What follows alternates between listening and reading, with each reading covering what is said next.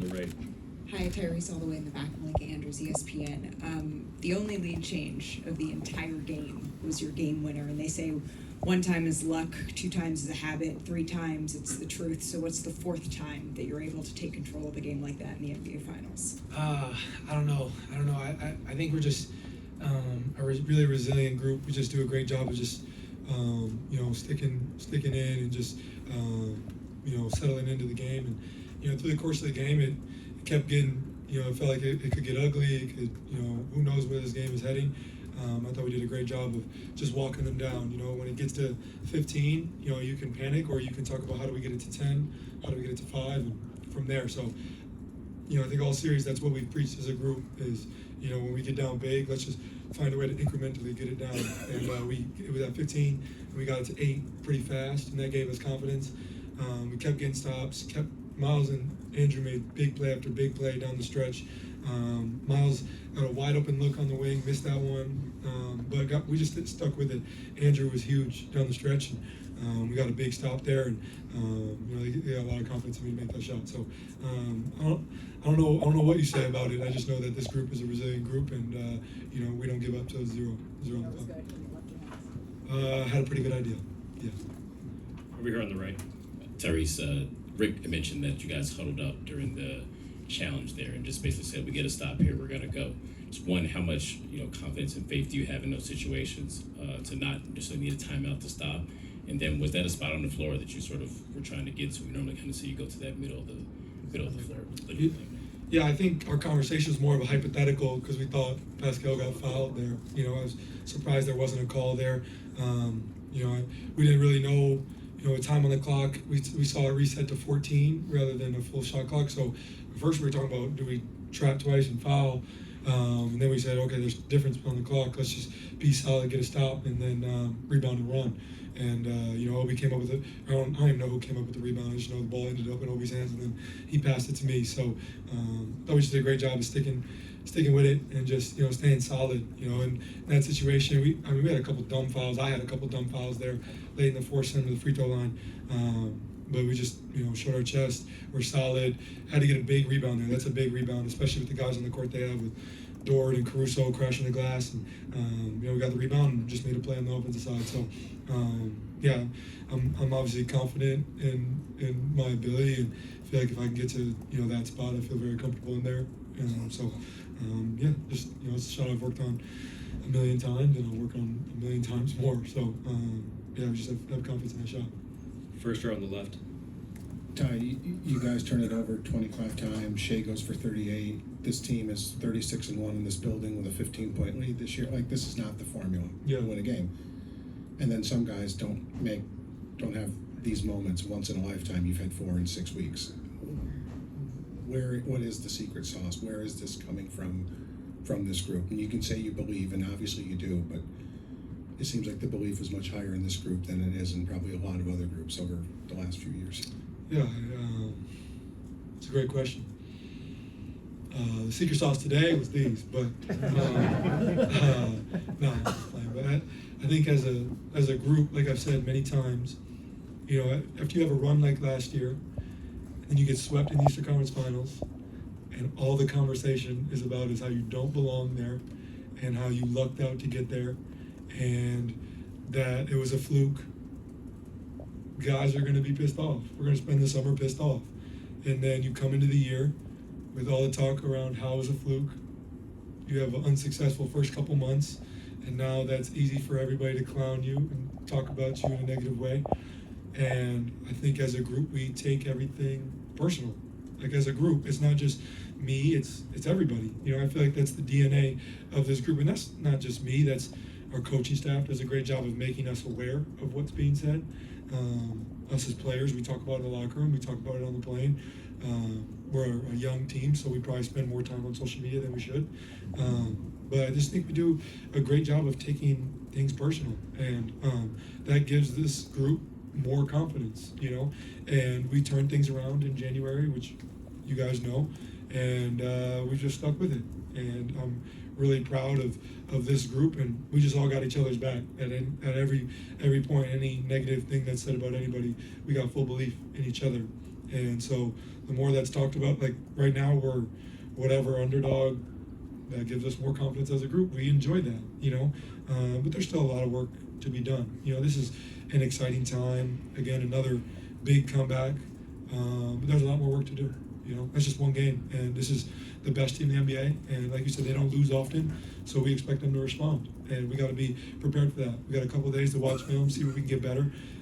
This game, if you look at all the numbers, it's not the recipe to win. We can't turn the ball over that much. We got to do a better job of beating gaps. Got to do a better job of rebounding. Got to do a better job all over the floor. But come May and June, it doesn't matter how you get them, just get them. You know, so we'll take it. You know, we'll enjoy this one tonight. But understand we got another game coming up in this tough building, and we got to be prepared for that. So, like I said, we're just a confident group.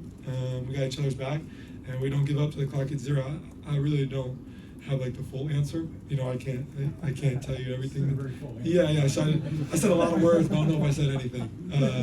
But yeah, we stick with it. All right, Vincent, first row on the left. Right here, Tyrese. At what point tonight did you guys collectively believe that you could win this game? Was it when you were throwing the ball all over the place, but you weren't getting blown out? Was it early in the fourth quarter when you guys started to make a little bit of a run? What was the point where you were like, oh, this game is not just competitive, we can steal this game? It's a good question. When I got off the bus, when I put on my shoes, I mean, there was never a disbelief as a group, honestly. You know, you have a half like that where you're just throwing the ball to the other team, and we like chaos, we like controlled chaos, but that was just chaos, just ugly. But I think we as a group came and said, hey, we got like 20 turnovers in the first half. We only gave up, I don't even remember how many points, I think it was like 9. Yeah, that's not that bad. You know, if you think of it that way, you know, try to look at it glass half full. But I think as a group, like, we never think the game is over, ever. Honestly speaking, ever. Like, that never creeps in. I think we just keep talking as a group is how can we walk this team down. So it's at 12 going into halftime. We talk about if we can win 1 quarter by 6, 1 quarter by 7, we'll be in a great spot. We got into a 6-point game at the end of the third quarter and Shea hit 3, but we liked where we were. And then they went on a big run to start the fourth, and we just said, okay, it's at 15, let's get to 10.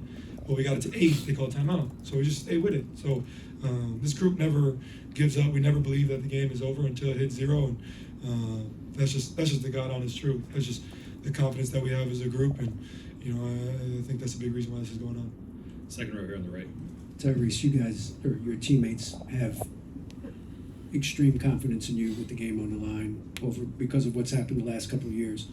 I wonder what your confidence is in Drew defensively in similar situations, guarding the MVP most of the time without much help the whole night, and you need to get a stop to have a chance to win the game. Yeah, appreciate you for asking the question. I mean, I got the utmost confidence in him. We all do as a group. We have to. You know, he's our guy. He's our guy. He's been our guy all year. If there wasn't the 65-game rule, he's an all-defensive guy, plain and simple. So we got the most trust in him. You know, we'll keep. Shea is the hardest guard in the NBA. You know, he's the hardest guy to cover one-on-one in the NBA. So, you know, there's no one look we can give him, you know, that is going to be, you know, that's going to work every time. But, you know, we trust Drew in those situations. We're showing help as much as we can. But, I mean, he's doing a lot of the dirty work. He's done a lot of the dirty work for years now. And that's his calling card in this league. And he's an elite defender. So, you know, Shea's not an easy cover by any means. But Drew is just doing an unbelievable job. You gotta understand, Shea makes a lot of tough shots, like a lot of tough shots. And you can't overreact to them. You just can't, because there's no way to live that way. You know, I think if he's going to make those, you got to just get the ball out and go right back at him. So that's the way we look at it. And I thought Drew did a great job tonight. Aaron did a good job when Shep had to guard him. There's many situations where different guys are having to cover him. We're just trying to make it as tough as we can. I mean, the guy still finished with, what do you guys say, 38? Yeah. I mean, that's unbelievable. But I thought we just did a great job of showing bodies, and that starts with Drew and his persistence over 48 minutes. So it was his calling card, and we got the utmost trust in him to get stops. Last question, first row on the left. You guys have been in crazy environments before. Last series, this was one of them, and it's the finals. most of you guys haven't been in this position before. Did the moment lead to any jitters? Do you think that could have been part of the turnover situation? Yeah, for sure. I mean, I'd be lying if I said it wasn't. I felt like I was a little jittery in the first quarter, getting off the ball quick, flying off ball screens with no real setup. I felt that myself, so I'll admit that I felt that way, so I'm sure other guys felt that way. I mean, this crowd is amazing. They're all standing up, doing claps and synchronized clapping to the beat before the game. I mean, this is an unbelievable crowd. It's the best crowd we've seen on the road all playoffs, and it felt like it was just us in there. I mean, thankful for our organization for flying, our families out, and our full-time employees all got a chance to come. And I've been shown videos of them in the concourse. I saw them on the upper level after the game. But out there, it's so loud in there. It really just feels like it's us in there, and we just do a great job of leaning on each other, understanding that this crowd and this environment is amazing. They love basketball here, similar to how it is in Indiana. And now that we've got a game under our belt, and I thought we did a great job of responding in the second half. We didn't turn the ball over as much in the second half. That's more of a recipe for success for us in the next game. So, that's going to be a big point of emphasis, when we watch films. How can we take care of the ball more, get more shots on the rim? That puts us in a better position to win. I mean, you have 25 turnovers, usually don't win those games. The odds probably are really low. So, we just got to stick with it, stay confident as a group, and, we'll look forward to game 2. Thank you, Tyrese. Appreciate it.